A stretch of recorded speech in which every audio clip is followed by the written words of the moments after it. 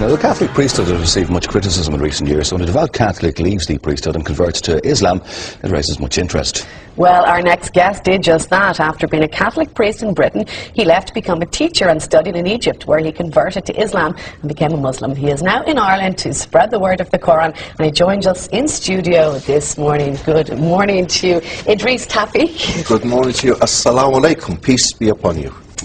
Okay. That's the Muslim greeting, a greeting of peace. Okay, tell us a bit. You were a Catholic priest for 9 years, was it? With my training, yes.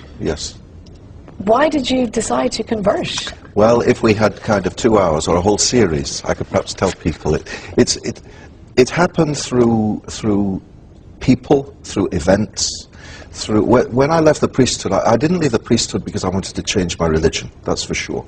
I had no plan of leaving the Catholic Church, none. But when I left the priesthood, it was a big decision to make, and it was upsetting, and it left me feeling very low. And I looked for a holiday, so I needed a good holiday. But I had no money, so I went to the internet and got the cheapest holiday I could find, and the cheapest holiday was a holiday to Egypt. Now, I knew nothing about Egypt. I'd never met a Muslim in my life. And all I knew about Muslims was what the television told me, that they chop your hands off, and that they blow themselves up, and that they hit ladies. So I went to this Muslim country not knowing what to expect, except sunshine. And I went there, and as God is my judge, that week changed my life, really, because I met Muslims for the first time and found that they weren't these sword-waving fanatics that we see on the TV, but they were good, honest people. And like Irish people, Muslim people, you know, they go out to work in the morning to put food on the table for their kids to eat. They pray. They're ordinary people with a religious dimension very much. And so, for example, I'll give you an example of one Muslim I met.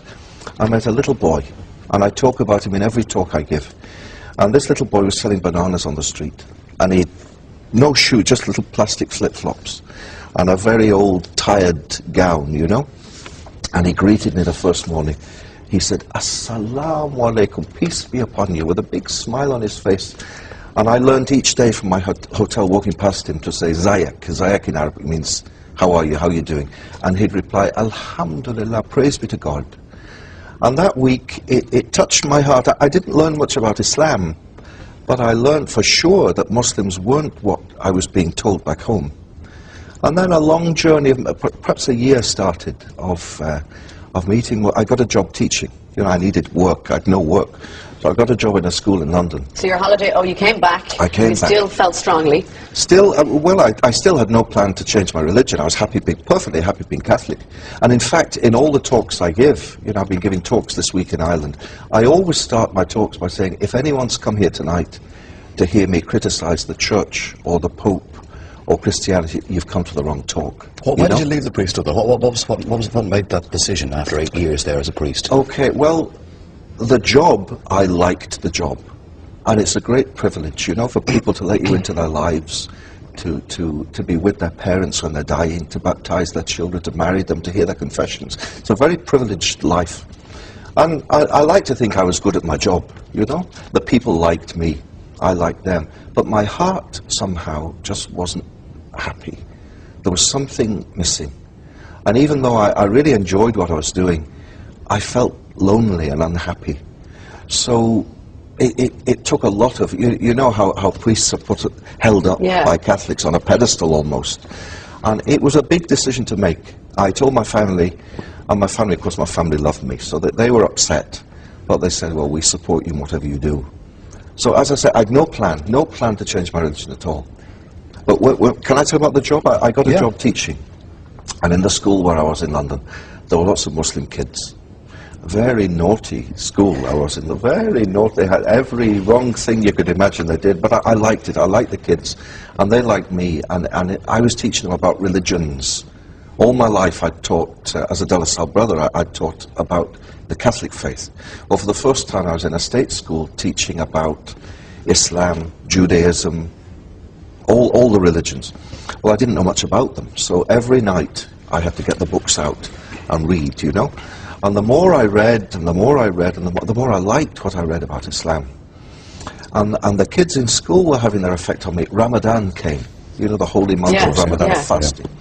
And they came to me and they said, sir, it's Ramadan and we've got nowhere to pray. and your room is the only room in the school with a carpet.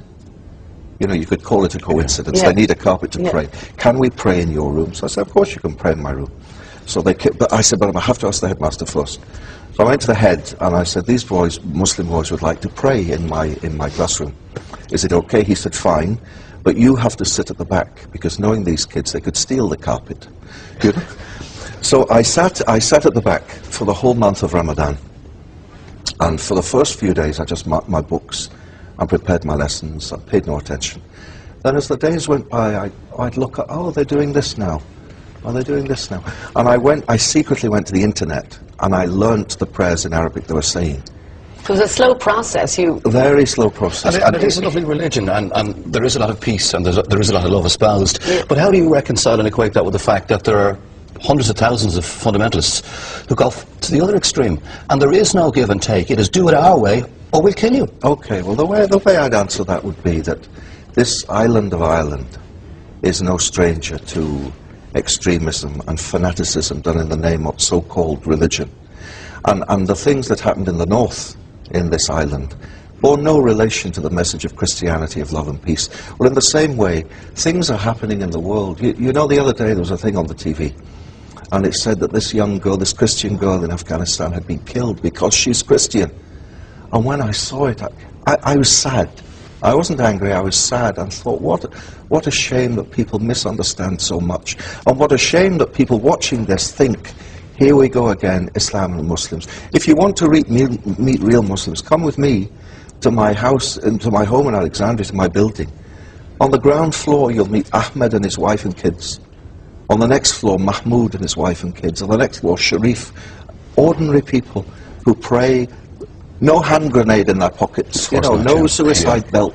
It is very much a religion of peace, but unfortunately people who shout loudest get heard, make news. That makes news. A little old lady teaching her granddaughter how to recite the Quran doesn't make the news. What type of reaction do you get, though, from Irish people? I mean, you give speeches in Ireland. What type of reaction do you get? I mean, I've had a lovely reaction this week. Do you know, can I mention Jerry Ryan's show? Last Friday I was on the Jerry Ryan show, and a lady phoned in.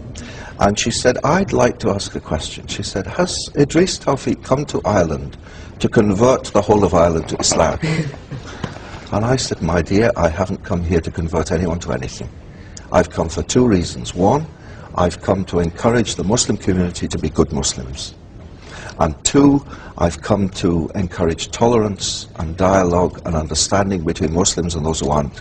So after that radio show, the first thing I did after praying at Consky Mosque was we went and we met the Anglican Archbishop of Dublin to say, Assalamu alaikum to you, sir. Christians and Muslims are friends. We have so much in common. We want to work together as people of faith. While I've been here, I've met the mayors of the Lord Mayor of Dublin, the Lord Mayor of Cork. He gave me this little lapel pin, which I promised to wear for the show today in Cork City. The Mayor of Limerick, the Mayor of Galway yesterday. And telling them, through meeting them, telling them that Muslims in Ireland want to be part of this Irish society they live in. And hopefully it'll work, and hopefully everyone will change some opinions. Society can come together. Inshallah, as we say, God willing. Thank you very much, Idris. Pleasure meeting you this morning. Thank you very much.